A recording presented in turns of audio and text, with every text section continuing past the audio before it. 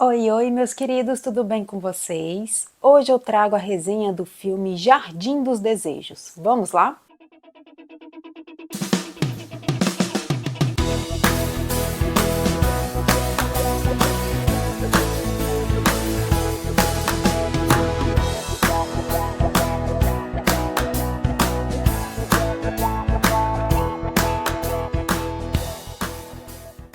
Esse é um filme de 2023 que chegará agora, essa semana, nos cinemas e vem com uma história bastante peculiar, curiosa, mas ao mesmo tempo que deixa aquelas pontas soltas que deixa a gente bastante chateado.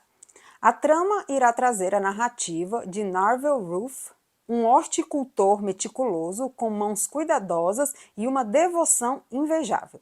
Ele trabalha nos jardins Gracewood, uma bela propriedade histórica de posse da senhora Norman Haverhill, uma viúva rica. Tudo ia bem com o trabalho de Narvel, até que sua patroa o designa para a missão de cuidar da sua problemática sobrinha-neta Maya, como sua aprendiz. Por conta disso, a vida perfeitamente meticulosa e calculada de Ruth começa a virar de ponta cabeça, fazendo com que os segredos e um passado obscuro venham à tona.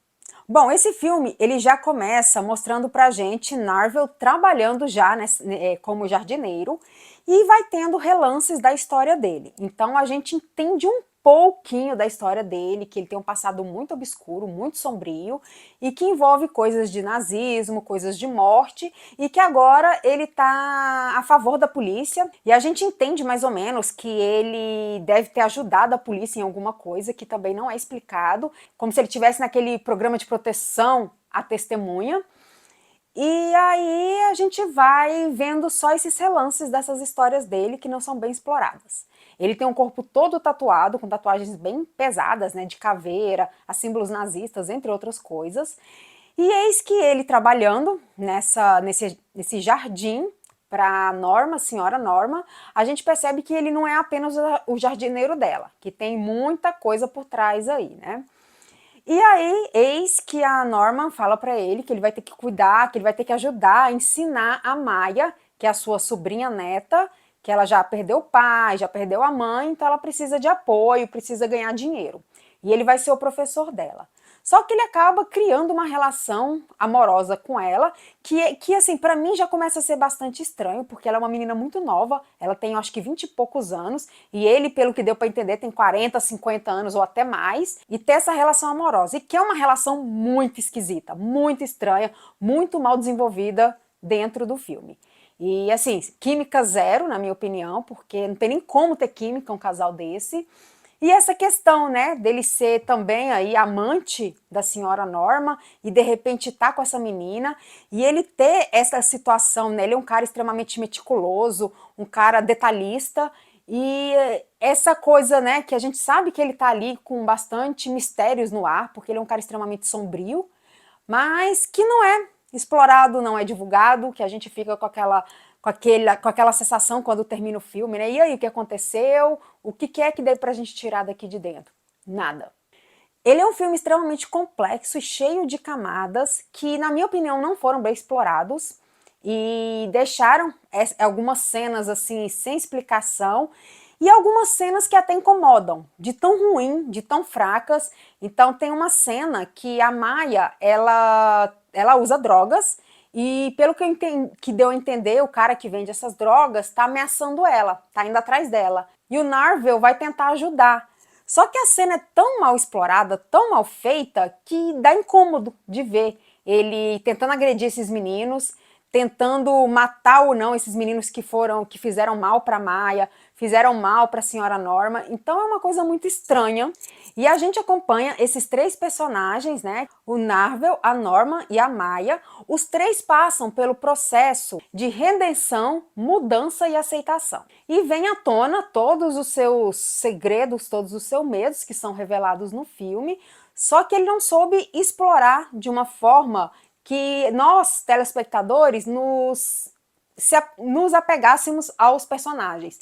Então são personagens às vezes muito vazios, muito simples, que a gente não consegue ter um carisma, uma afeição por eles. Então a gente fica naquela situação de que é que a gente está vendo aqui? O que o diretor realmente quis trazer para a gente? Qual a ideia do filme? Então eu me peguei várias vezes pensando nisso, tentando debater comigo mesma, né? O que o diretor quis trazer com essa história, o que ele quis desenvolver, qual é a relação desses três, assim, mediante um na vida do outro? Então a gente vê essa questão da redenção, essa questão da aceitação, junta com essa questão de misturar as três histórias e não ter um desfecho interessante, que a gente acaba ficando um pouco perdido. Eu me senti muitas vezes perdida no filme. Os três atores principais do filme, que é o Joel Edgerton, que faz o Narvel, a Sigourney Weaver, que faz a Senhora Norma, e a Quintessa Ridenour, que faz a Maya. Os três estão bem em cena.